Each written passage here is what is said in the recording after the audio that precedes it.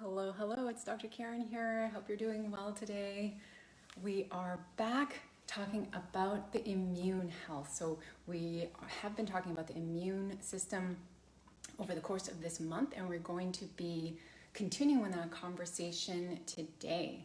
So we've been talking about how our immune system responds to a lot of different cues. We've been talking about how it responds to what we eat, even liver detoxification, even time of day. It will respond to that, whether it's daytime or nighttime.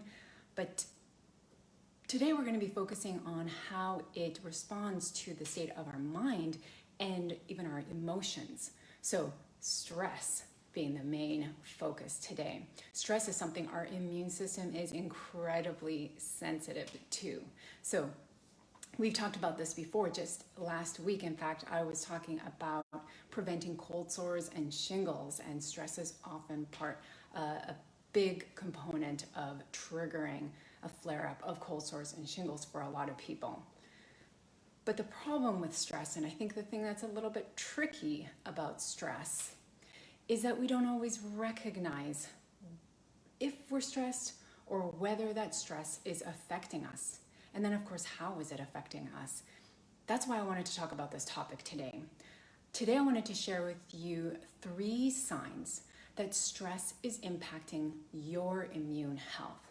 So 3 signs to look out for, that there's a link between your stress and your immune function.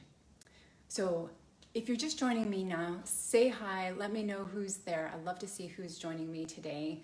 And of course, as with every video, if you have any questions, please pop them in the comments. I'd love to hear from you, and if there are other topics about the immune system that you want to know about, let us know, because that might be the topic of our future video. So looks like Sahani is joining us now. Hi Sahani, good to see you. All right, and so before I kind of dive into the 3 signs, I wanted to just make sure that we know what we're referring to when we say stress. So stress is defined as just this response of the body to any demand for change. So that means that we could say that exercise is a stress, or we could say that even short-term fasting from eating, that could be considered a stress. And these can actually be quite beneficial to our immune system in the long run. So not all stress is necessarily bad for our health or bad for our immune health. But oftentimes when we say stress, we're often referring to a lot of the stresses that we have in the modern lives, right?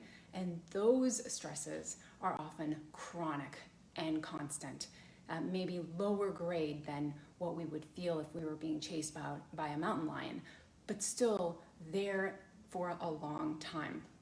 So these could be things like financial worries, the pressure of social obligations, relationship difficulties. These are significant stresses, and they can be around for days, weeks, months, years. There's on top of that things like the exposure to toxic chemicals as a stress.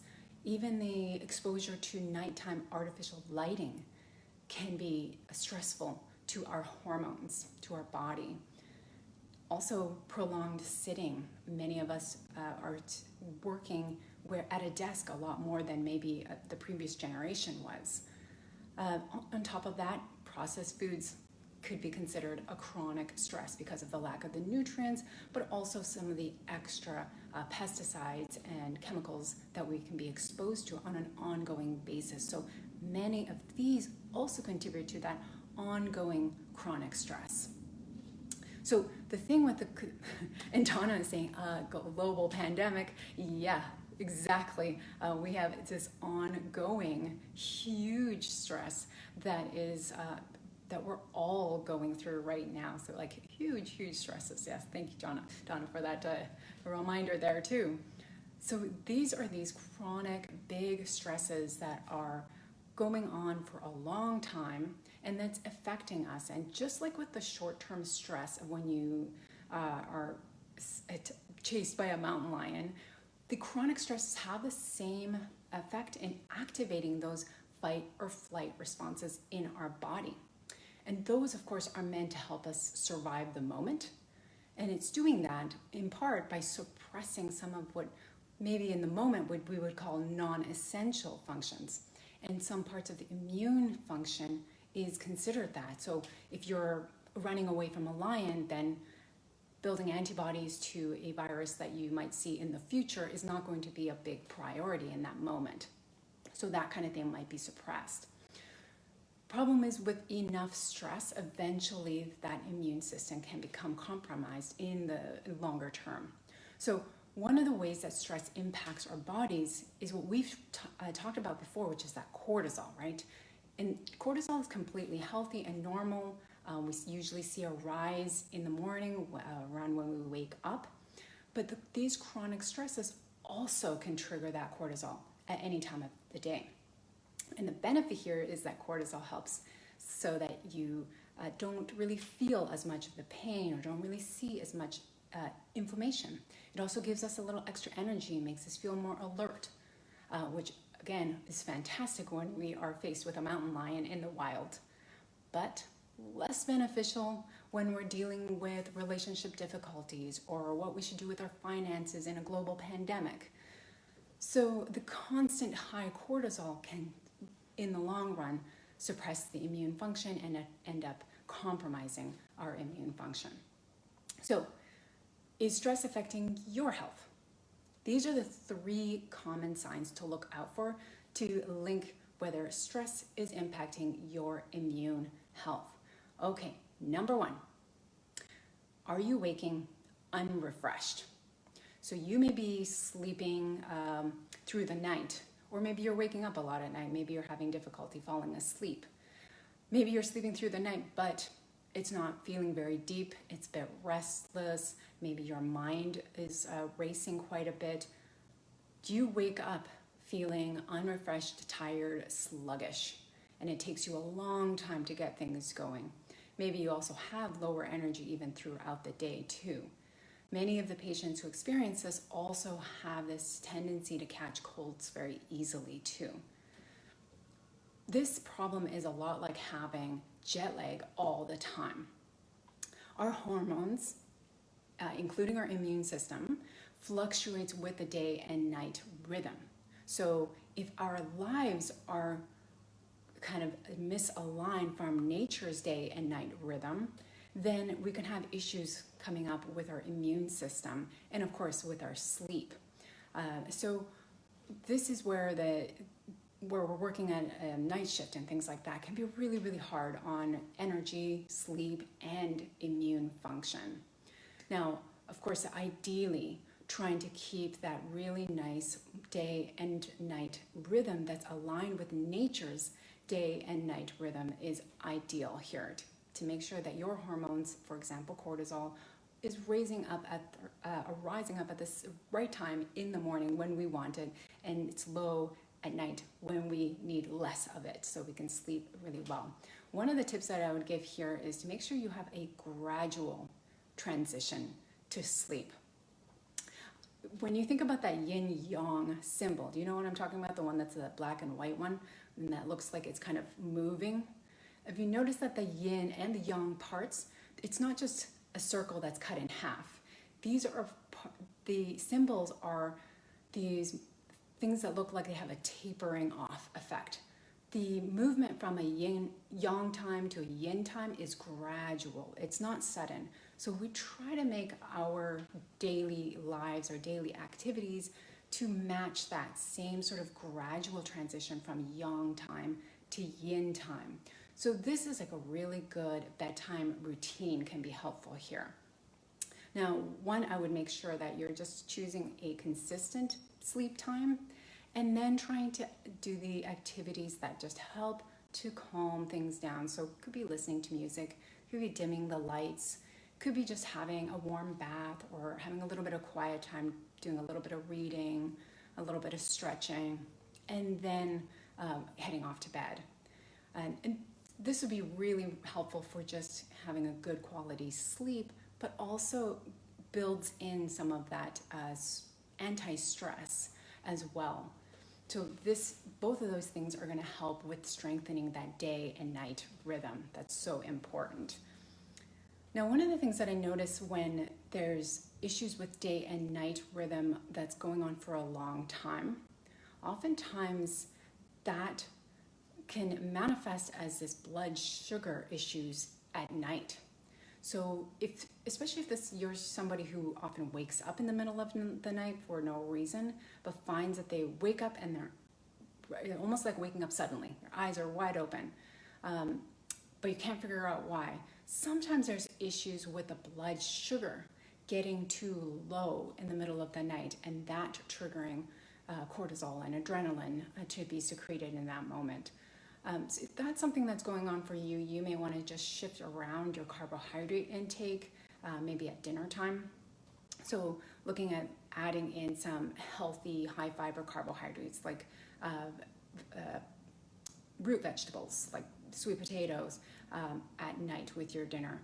For some people, having a little small handful of pumpkin seeds before bed, or like a chia seed pudding, something very small but that has a little bit of carbs, protein, and fat all together, can help to keep you asleep as well. And if this is something that you're going to try, if it works for you, you only have to do it for a few days to notice if it's helpful. And of course, if this is helpful, that gives you a little clue that there's some issue with your blood sugar. And so you want to talk to your practitioner about other things that you can do long-term for improving your blood sugar management too. Okay, so that's number one, waking unrefreshed. So it's all about improving that sleep quality, making that as deep as possible. Number two, getting sick when you take time off. Have you ever noticed this? Where you're looking forward to your holiday or your vacation, and after you've done a busy period of studying for exams or working on a project, and as soon as you go on vacation, you get sick. You get a cold, maybe you get cold sores, maybe you even get shingles flare-ups. This is something that I see often. So what's happening here? Because this can be really, really frustrating because you're finally feeling like you can rest and then it hits. So what's happening here is during the days and the weeks, maybe even the months before you're on holiday, there's quite a bit of stress. And your body is making quite a bit of that cortisol, that stress hormone, to help get you through it, help you reduce the pain, help reduce inflammation, and keep you alert. But when the body finally feels safe, or rested, lower stress essentially, then that level of anti-inflammatory cortisol goes down finally. And then we can see the result of essentially what was a suppressed immune system. So suddenly at that point, you're going to see these symptoms of a weakened immune system like a cold sore. So what to do about that?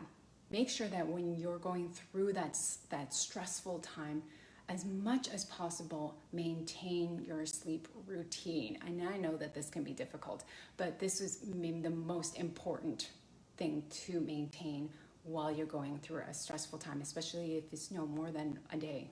If it's days or weeks or months, really preserve your sleep routine and those stress relieving activities, even if it's a 10-minute walk outside. That will help to bring the cortisol down and get that immune system to recover again. A lot of my patients also have experienced this multiple times in their lives. They've seen this pattern over and over again. Doing herbs or nutrients that support the adrenal health can be really helpful to just preventing this from happening in the future as well. So number two, the second sign to look out for is getting sick on your days off. Okay, last one, third sign, slow recovery. So that could be referring to your wound healing is really slow, or just recovery is really long when it comes to something like a cold. Sometimes it feels like maybe you have a cold all week and then it's suddenly starting to feel better and then you get another cold. That is another indicator that there's some issue with your immune system, that there's slow recovery. There's one, speaking of wound healing, there was one study on wound healing that they did this study on dental students. but they looked at their ability to heal wounds during their stressful exam season and compared it to their ability to heal during their summer vacation. So like incredibly different times in terms of their stress levels, right? And they found that the wound, they actually did a punch biopsy type of a wound in the mouth.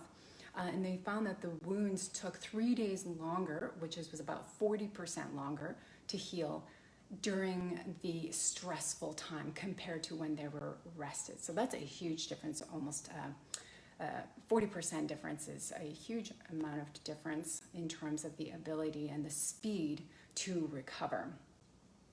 Now, hopefully you don't get sick of me talking about sleep, but sleep again is so important for this, particularly when it comes to wound healing and recovery.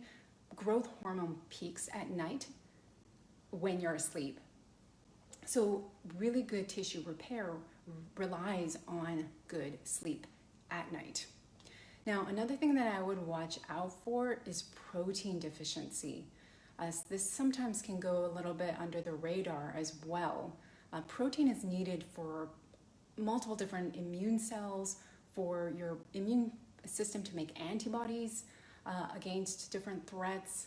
So we really want to make sure that you've got enough protein in your diet.